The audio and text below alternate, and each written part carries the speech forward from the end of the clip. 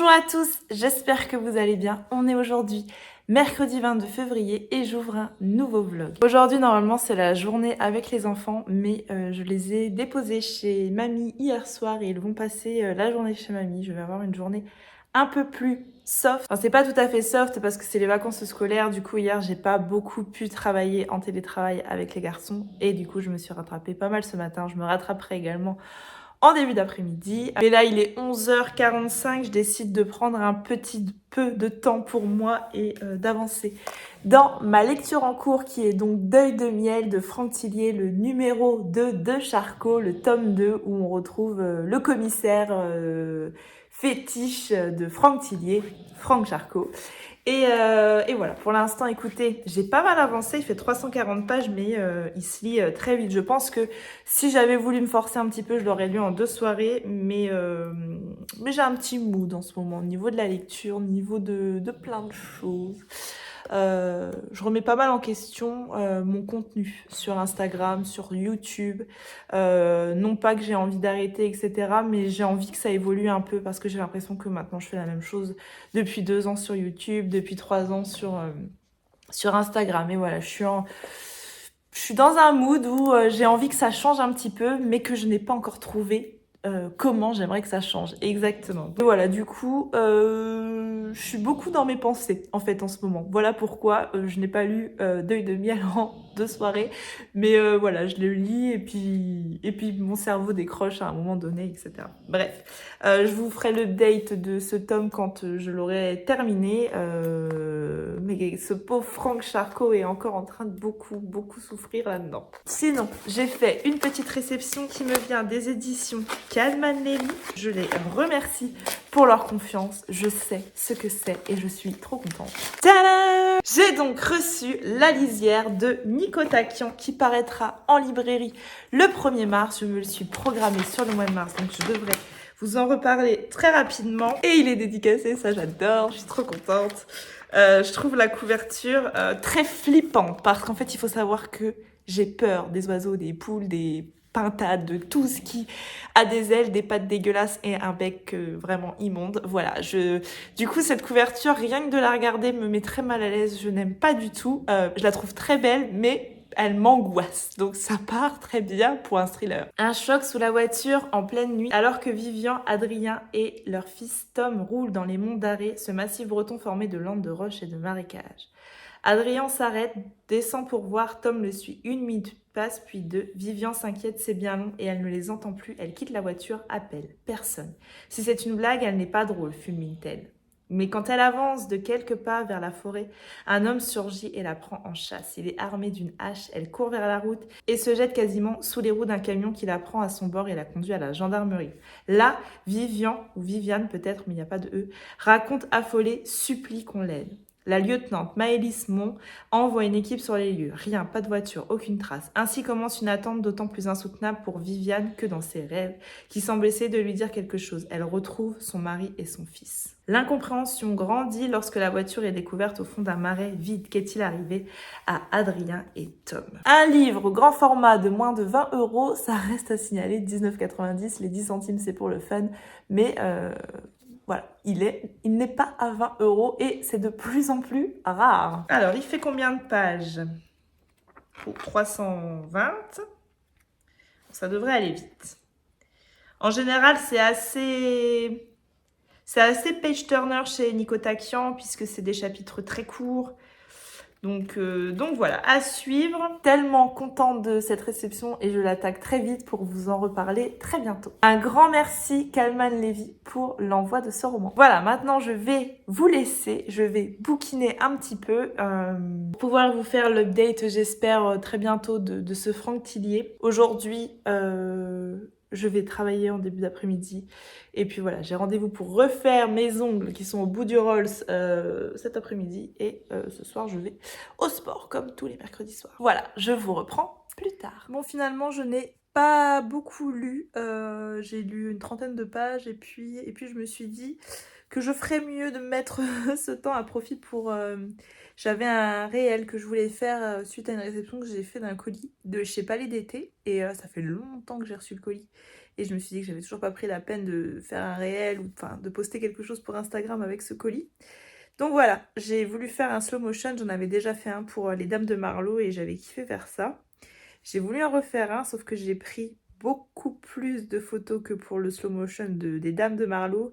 Là, j'ai pris 250 photos et ça m'a pris un temps dingue. Je pensais que ça me prendrait 10 minutes et j'ai mis plus d'une demi-heure à faire mes photos. Bref. Et puis voilà, donc en tout cas, mon contenu est fait pour Instagram. Je suis ravie. D'ailleurs, si vous n'êtes pas abonné à Instagram, n'hésitez pas à me rejoindre sur Instagram. Je vous mets ici mon compte et là je vais faire quelques photos parce que je suis très à la bourre sur mes chroniques Instagram du mois de février. On est le 21 et j'ai encore rien posté de ce que j'ai lu au mois de février. Les chroniques sont écrites mais j'ai pas pris le temps de faire mes photos, donc là je vais faire mes photos.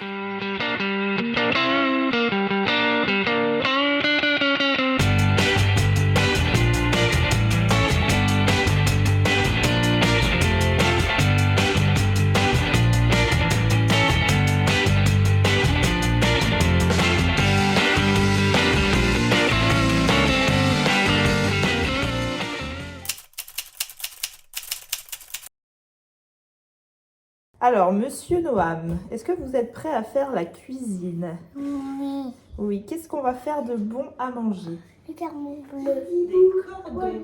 Alors, t'en mets un petit peu là-dedans.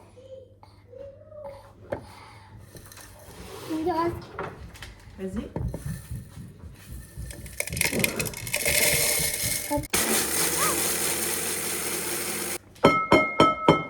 Tu peux mélanger? Vas-y.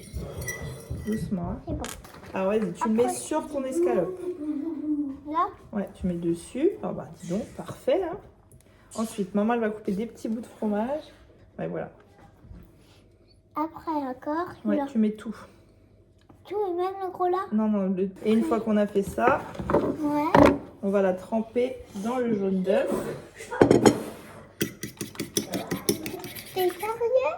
Ouais, je suis sérieux. Tu l'as trompé. Alors, vas-y. Va doucement. On va essayer de pas perdre de goût. Voilà. Attends, lâche. On met dedans. Oh, on veut plein d'œufs. Ah bah, il y a plein d'œufs. Et après, on va le mettre dans l'eau. Ici. Hop là. Comme ça.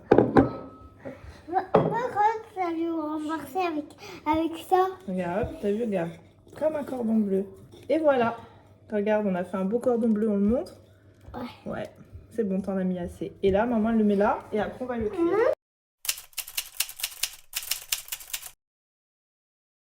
Je vous reprends, on est vendredi, je vous reprends parce que j'ai enfin un petit temps à pouvoir filmer un petit bout de vidéo. C'est les vacances scolaires.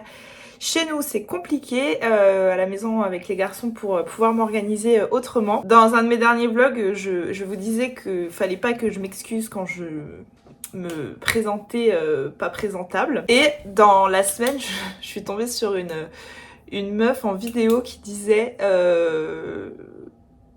qu'en fait c'était une marque de respect que de s'apprêter au moment où tu enregistrais des vidéos et d'avoir voilà, d'avoir une belle tenue, d'être maquillée, coiffée, etc. Donc aujourd'hui je n'ai ni une belle tenue, je ne suis pas coiffée, je ne suis même pas maquillée, j'ai des gros problèmes de peau en plus en ce moment. Donc dans le plus grand des calmes, je ne vous respecte absolument pas aujourd'hui. Pardon. Mais on va parler de quelque chose de bien plus intéressant que de ma tronche et je vais vous parler très rapidement des lectures terminées, en cours. J'ai donc terminé Deuil de miel de Franck Tillier. Donc on retrouve pour la deuxième fois Franck Charcot, ce commissaire qui a vécu une sacrée enquête dans le tome 1 où il devait gérer des cadavres bien glauques et parallèlement la disparition de sa femme depuis 6 mois, disparition suite à enlèvement, hein, pas de décès. Et voilà, il avait été fortement éprouvé. Je ne vais pas vous dire comment se termine le tome 1, enfin le tome 1, le premier roman de cette saga Charcot. Et là on retrouve Franck Charcot. Suite à ça, on est des années, on est quelques temps plus tard quand même, par rapport à la fin de Train d'enfer pour Ange Rouge. Et je m'attendais pas du tout à une reprise telle quelle. J'ai été surprise, agréablement surprise. J'ai beaucoup aimé la façon dont est de nouveau abordée la vie privée de Franck Charcot. C'est vraiment un commissaire que j'aime beaucoup, que je trouve hyper intéressant dans sa manière d'être, que je trouve un peu brut de décoffrage par moment, qui va pas avec le dos de la cuillère quand il est dans ses enquêtes, qui fonce, qui a pas peur, etc. Et donc, dans ce tome-là, on va parler de l'enquête. Je vais pas vous parler de la vie privée de Charcot, parce que là, je vous spoil déjà le tome 1 et le tome 2. Charcot est appelé sur une enquête où on retrouve une femme complètement nue, rasée de partout, morte dans une église. L'enquête commence, on comprend rapidement qu'elle est morte à cause d'une maladie transmise par des insectes, une maladie qui n'existe plus normalement en France, c'est le paludisme. J'ai un gros doute en y pensant là, il me semble que c'est ça. Et donc cette femme, on comprend en fait qu'elle est morte de cette maladie, donc transmise par un insecte. Et on va très vite se demander où est son mari, où est sa fille, et le meurtrier va très rapidement jouer avec les nerfs de nos enquêteurs en leur transmettant des messages très clairs, très nets et précis, à base de petites bêtes qui grouillent de partout. Vraiment, si vous êtes arachnophobe, si vous n'aimez pas les insectes, ces petites bêtes, ces papillons, ces araignées, ces moustiques, oh là là, vous allez avoir des sueurs froides tout le long. Ah, j'ai oublié de dire aussi que c'était un bordel phénoménal. Vraiment, zéro respect. Donc voilà, notre Charcot, il va partir dans une enquête qui va l'emmener dans le bas-fond un peu des trafics qu'il peut y avoir en France. Voilà, comment ces petites bêtes sont arrivées sur le sol français, etc. Il va enquêter, il va se retrouver, vous savez, dans les bars où il y a une seconde porte qui emmène à des lieux secrets, noirs, où il y a vraiment de tout et de l'horreur qui se passe derrière ces portes cachées. Voilà, où il va aller notre Charcot dans cette enquête-là. J'ai beaucoup aimé, vraiment. J'accroche énormément avec la plume de l'auteur, j'accroche énormément avec Charcot, j'accroche énormément avec la manière dont il ficelle son enquête, avec le dénouement final que je trouve très bon. Alors pour ce tome-là, je trouve que c'est un peu... comment dire, un peu... pas James Bond, mais vous voyez, un peu gros.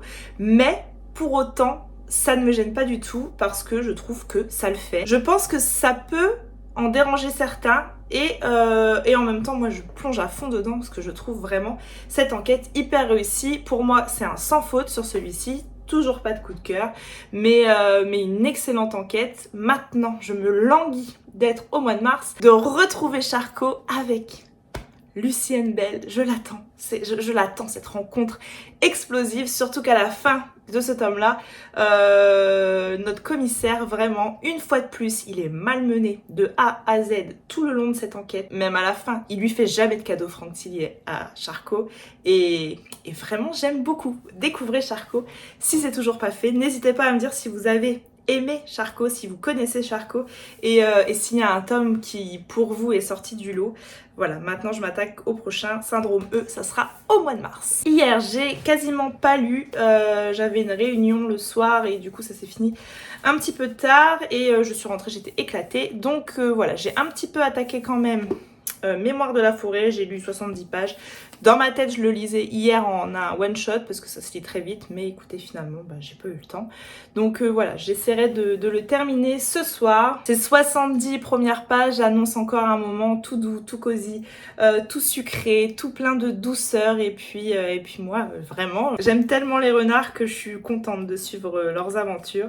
Je trouve que, voilà, des illustrations qui sont encore une fois absolument magnifique et c'est intéressant parce que en fait dans ce tome 2 qui sort le 1er avril qui s'appelle Les carnets de Cornelius Renard, qui est donc le grand-père de ce libraire qu'on a déjà rencontré dans le tome 1, et ben on va lire ces carnets et les carnets, je trouve, ils sont mis dans une, vous voyez, sur des petites pages comme ça, un peu dans les tons brun orangé.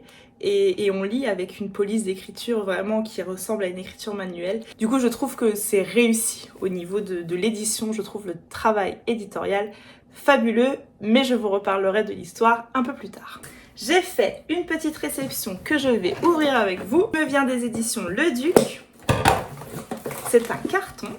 Je m'attendais pas à un carton. Je pense que c'est la box pour le roman de Sophie Jomain. Et comme je ne suis plus lectrice Charleston, je ne pensais pas recevoir une box. Je pensais recevoir le roman.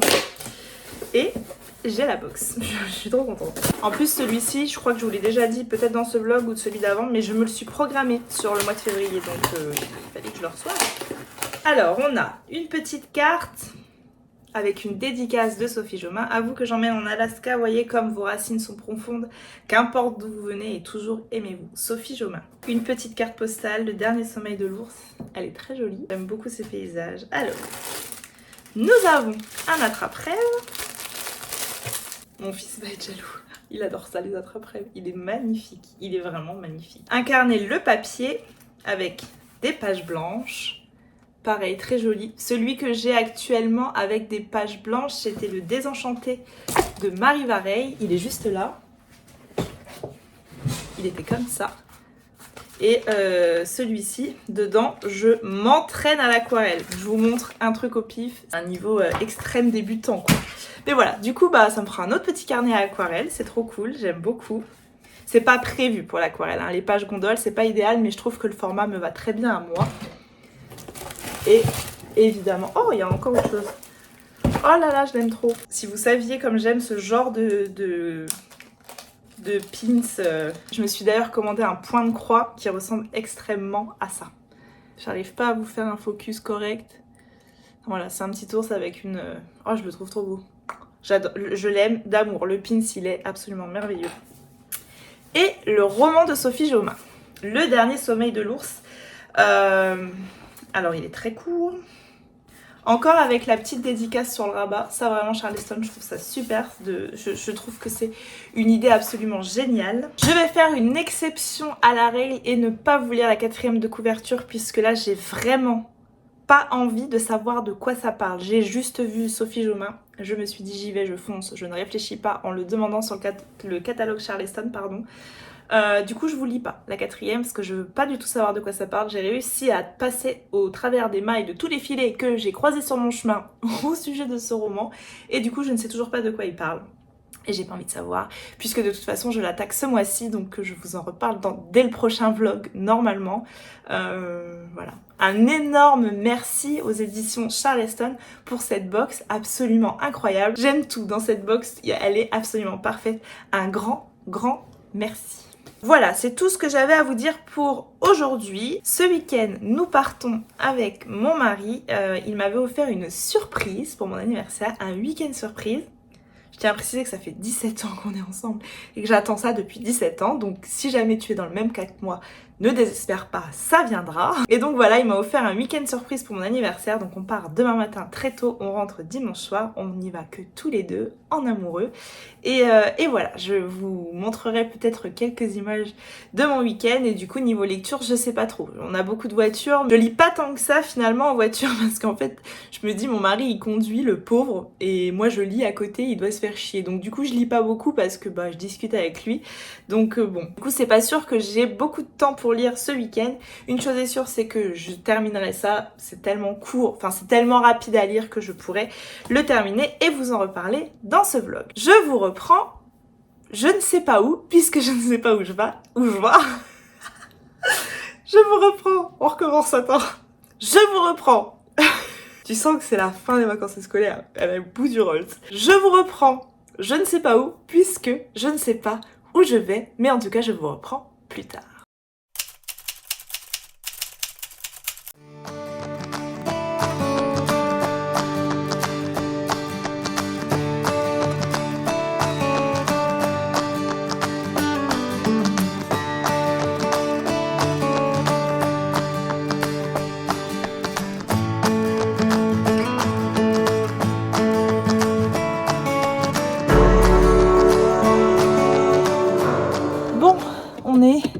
Samedi, je suis donc à Gérardmer, dans les Vosges. Bon, je connaissais un peu la destination, parce que mon mari a un peu de mal à tenir sa langue sur tout.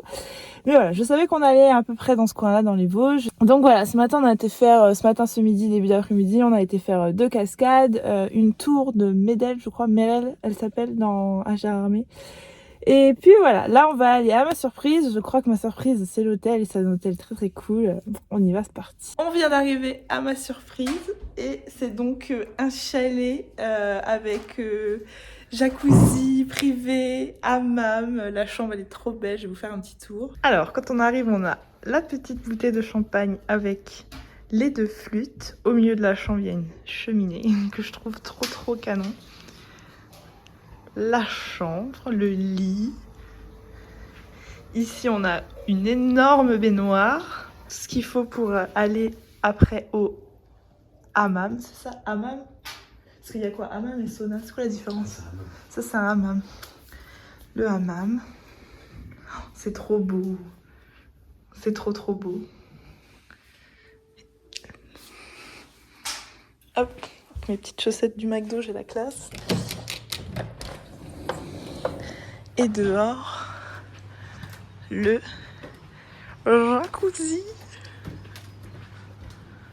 Ça va trop claquer. C'est la première fois que je fais un truc pareil, c'est un truc de ouf. Et on aura le repas ce soir qui sera servi dans la chambre et le petit déjeuner demain matin. Enfin voilà, je vous reprends plus tard. Je vous reprends, on est lundi, ça y est, mon petit week-end en amoureux dans les Vosges, j'ai terminé. Et ben écoutez, je pense que les images parlent d'elles-mêmes. C'était vraiment un endroit hyper cool, hyper détente. Vraiment, ça m'a fait beaucoup de bien ces 24 heures là où je n'ai absolument rien fait à part manger, aller au jacuzzi, au hammam et vraiment ça fait beaucoup de bien. Je suis rentrée revigorée. On va parler lecture. Vendredi soir, j'ai terminé Mémoire de la forêt, le tome 2, les carnets de Cornelius Renard qui paraîtra à l'école des loisirs au 1er avril. Et dans ce tome-là, on va suivre en fait, il y a notre petit Archibald, ce renard qu'on rencontre dans le tome 1, qui est donc libraire, qui a sa librairie à Belle-Écorce. Et au début de ce tome-là, il y a un loup qui arrive dans la librairie et qui est un petit peu bizarre avec notre Archibald. Et puis finalement arrive une espèce de réunion sur la place publique, je sais plus pourquoi il y a des festivités, enfin bref, je sais plus exactement. Et le maire du village, il me semble, annonce que Archibald doit rendre la librairie, puisqu'en fait depuis des années, lui et sa famille n'en sont pas propriétaires et qu'elle revient à ce fameux loup qui est venu le visiter un petit peu plus tôt dans le roman et que cette librairie lui appartient à lui. Alors, une fois que Célestin, le loup, a mis dehors notre Archibald, Archibald va essayer de comprendre en fait le pourquoi du comment et l'histoire de sa famille va le mener à une quête sur les carnets de Cornelius Renard, qui est donc son grand-père à Archibald. Et Cornelius, il a confié ces carnets, l'histoire de sa vie, à tout un tas de personnes qu'il recevait avant dans sa librairie, avec lesquels il formait une espèce de club d'écrivains et il a confié à tous ses amis qui sont un peu partout dans la forêt ces carnets qui expliquent en fait l'histoire de sa vie. Et donc Archibald part à la recherche de ces carnets. Le grand-père d'Archibald, il n'est pas mort,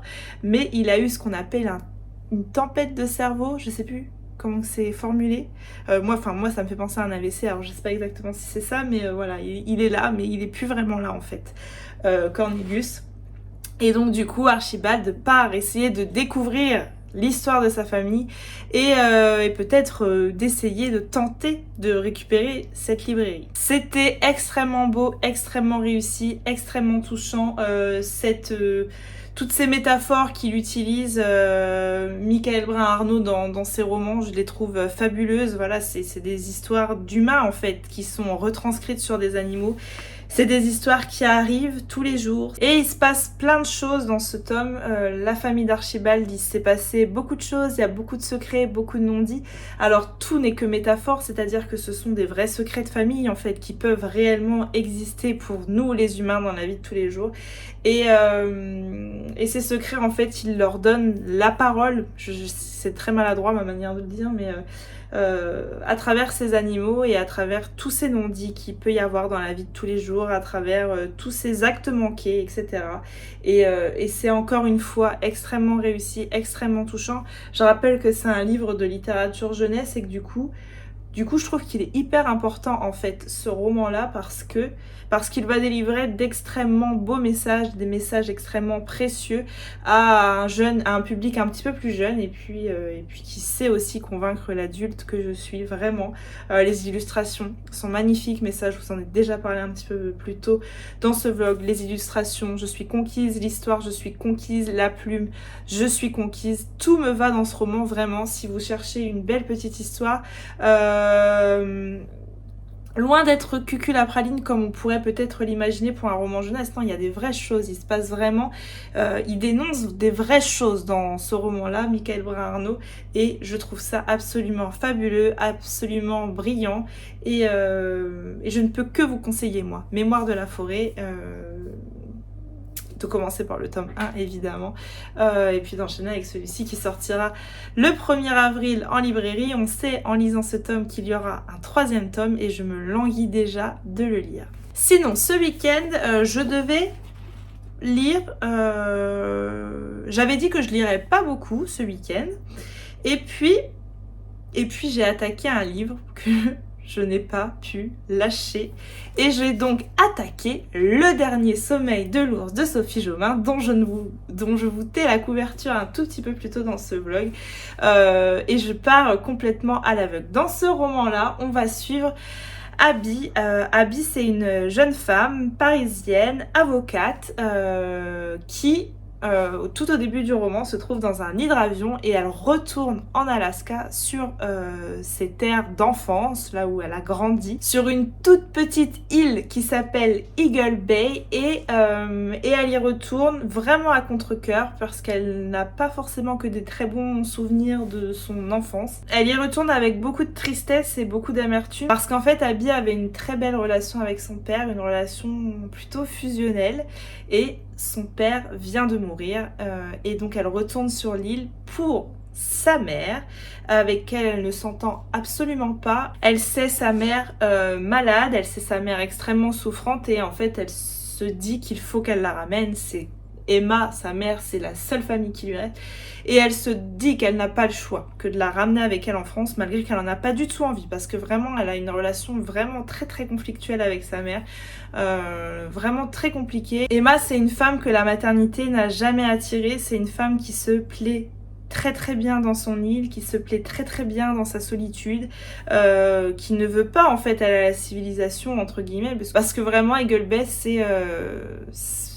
c'est très brut, très sauvage. Donc on imagine mal Emma en fait partir vivre avec Abby et puis surtout Emma vient de perdre son mari, vient de perdre le grand amour de sa vie, la personne en fait pour laquelle elle a accepté de devenir maman, malgré qu'elle n'en avait pas du tout envie. Donc voilà, l'univers du début, l'ambiance dans laquelle on se plonge.